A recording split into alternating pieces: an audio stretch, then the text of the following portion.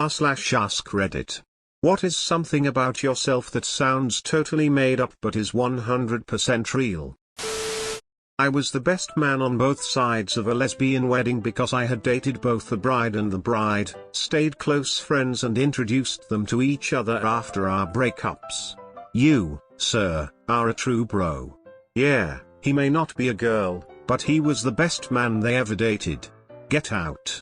Imagine turning two women lesbian after dating them. I wish I could say it was only two. LOL. I have been informed by ex-partners that I come across as a safe person, and it makes people feel comfortable having me as a testing ground when they are unsure or a cover story when they aren't out yet. Doesn't bother me, I take it as a compliment at the end of the day. All joking aside, it really is a testament to your character that they feel comfortable enough to be themselves. I've published 4 peer-reviewed scientific papers on hamster testicles. I'm currently working on a critical COVID-related project which doesn't involve testicles, and thus would be much less exciting for Redditing purposes. This reminds me of a column I read in the Dallas Morning News 20+ years ago about the woman who was the first head of the insect zoo at the dinky little Natural History Museum. She had been a biology major, and into bugs and was working in a lab when a friend found out that the museum was looking for a director for its new bug zoo. She got a phone interview with some museum bigwig, who asked what she was currently doing. She replied, "I've been dissecting female mosquitoes to find out if they're virgins." He replied, "You're hired. How do you dissect a mosquito? They're so small, must be really difficult. They have tiny scalpels. Made for ants." I won 2 TV game shows. The $10,000 Pyramid won $10,300 in 1975, and Sale of the Century was on the show for 9 days, won $34,000 in cash and prizes in 85. Nice. I've never won anything in my life. Now you have. Oh, that's so offing sweet. I got ran over by a car, but the driver didn't see me and proceeded to back over me. Edit, thanks for all the kind words. I'm shocked at the amount of people who said that this happened to them or someone they knew as well. The world really is a weird place. And for all who are asking, my legs are perfectly fine now.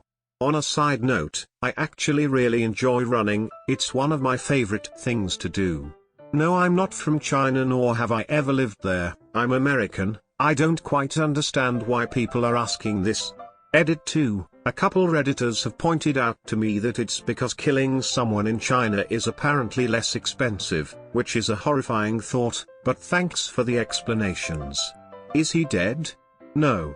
Throws it into reverse. A pelican engulfed my head with its massive effing beak when I was a small child. Pelicans are cants. Pelicants. Having lived around pelicans, I can confirm this. Also, I'm sorry, I know that most have been traumatic. But I am laughing so hard right now after reading this. Because I'm imagining a pelican trying to eat a child's head. Like I am actually in tears from your comment making me laugh so hard. It was super terrifying for little me at the time, but it makes for a great story now, so it's not all that bad. I ran out of gas outside of La Paz, Bolivia. Luckily it was downhill for about 6 kilometers into the city. I coasted the whole way on my motorbike, past buses and drifted into a gas station. Never missed a beat. Sounds like you saved a liter of fuel to me.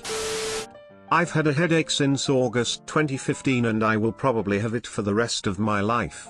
It's only on half my head, so I got that going for me, which is nice. This made me man out loud. I cannot imagine how you deal.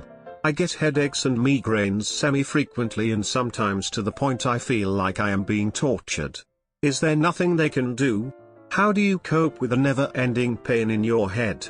I genuinely hope you do not have this for the rest of your life. Get addicted to Vicodin and perform insane doctorly acts. At age 50 odd and with limited to no video game experience, my mother completed Mario 64 before I did, in about half the time it finally took me to do it. Get good, sweetie. Kisses forehead. I am related to William Henry Harrison, the president who died from hypothermia because he wouldn't wear a jacket. My great-grandfather and his son both died from hypothermia as well, but under slightly different experiences. I have almost died from eating way too many vitamins, jumping into a ceiling fan, and jumping from a cliff. My dad almost lit a gas station on fire. Basically, we are a very dumb bloodline starting from William Henry Harrison. Someone get this man an agent. And a jacket. I was at a store when Tony Hawk was signing autographs. I was only 10 at the time and was a huge fan. One of his early video games had just come out. The store had a couple TVs on the wall and some video games to play. Being a kid, I waited for one controller to open up and someone leave. A kid ended up leaving and I grabbed the controller and started playing and minding my own business. A couple minutes later the store wanted to grab photos of Tony playing his own video game. He came over and grabbed the second controller and began to play multiplayer with me. Probably played for 10 minutes. The bonus was it was also my 10th birthday. So I played Tony Hawk Pro Skater with Tony Hawk.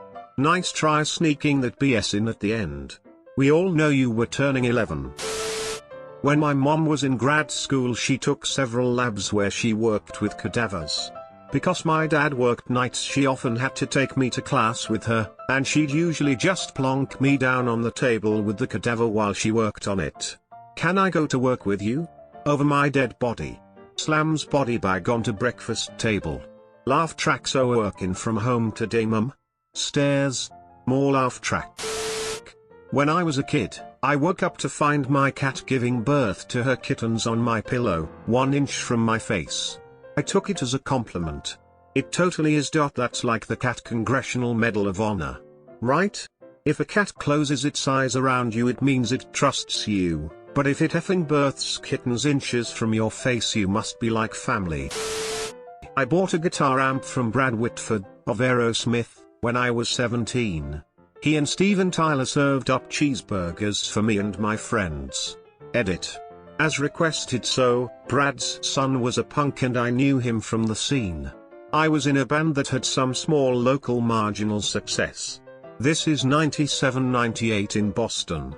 I needed a new amp for our first US tour but had very little money. I was getting drunk with his son and, on a whim, I asked him if his dad had any amps laying around that he didn't need. We laughed and carried on partying.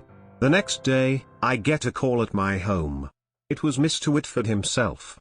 He was super nice but to the point. My son says you got a band and need a good rig for your Les Paul. I have something in mind for you. Just gotta have my guy get it from the warehouse. Come by my house in Norwell this weekend and check it out. That was the gist of the call. Obviously, the whole band came with me. And our roadie.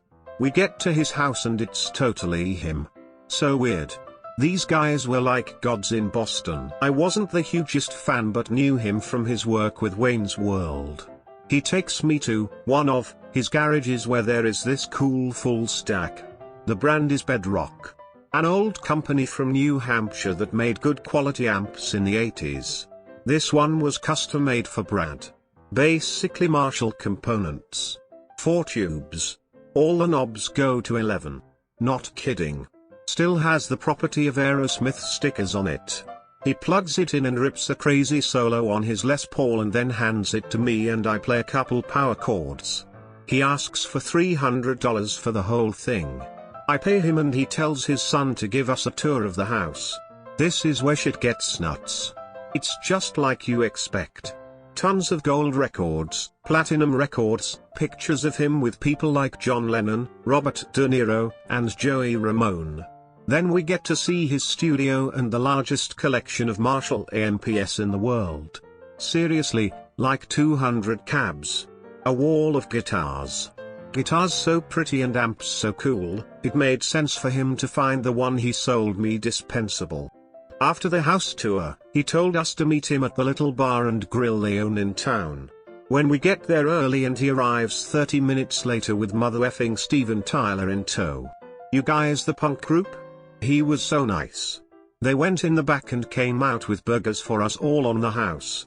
Then they straight up left. Irish goodbye, even. I still have the amp. I used it on the road for almost 10 years in 5 bands. Now, it's just a conversation piece. But it still works.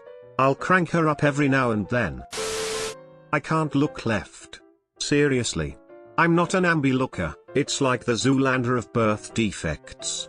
It's called Duane's syndrome and my left eye can't turn left, so if I try to look to my left I see double. Growing up, my parents raised me to believe it was a party trick and not a disability, so I would always show it off to friends, which in retrospect I think was pretty sweet.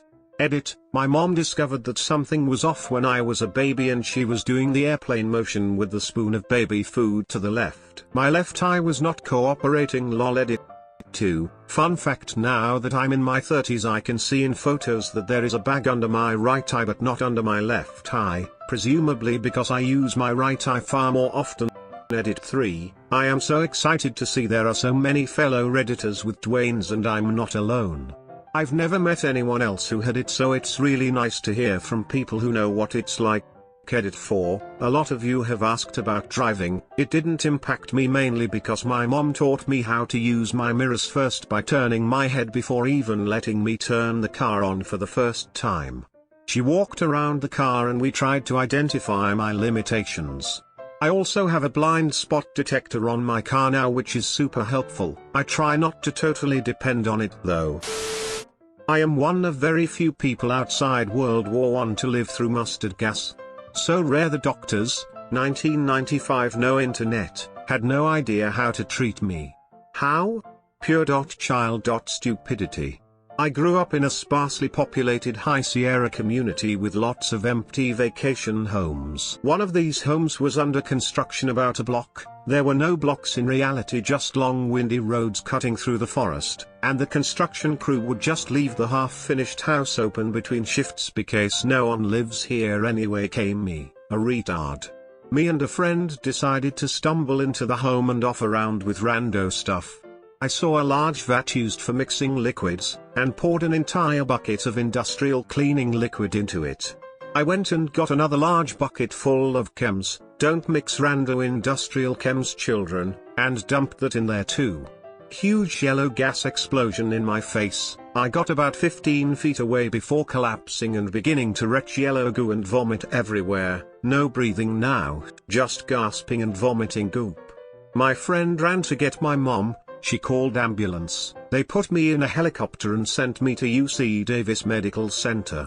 My doctor eventually made contact with someone who knew how to treat my case through the internet. I had never heard of it. 2 weeks in the ICU, almost died, and my lungs are still effing trash. I'm 34 now. Jesus Christ, kids are effing stupid. Right? Modern medicine saved me from Mr. Darwin. Like and subscribe for more r/ask Reddit videos.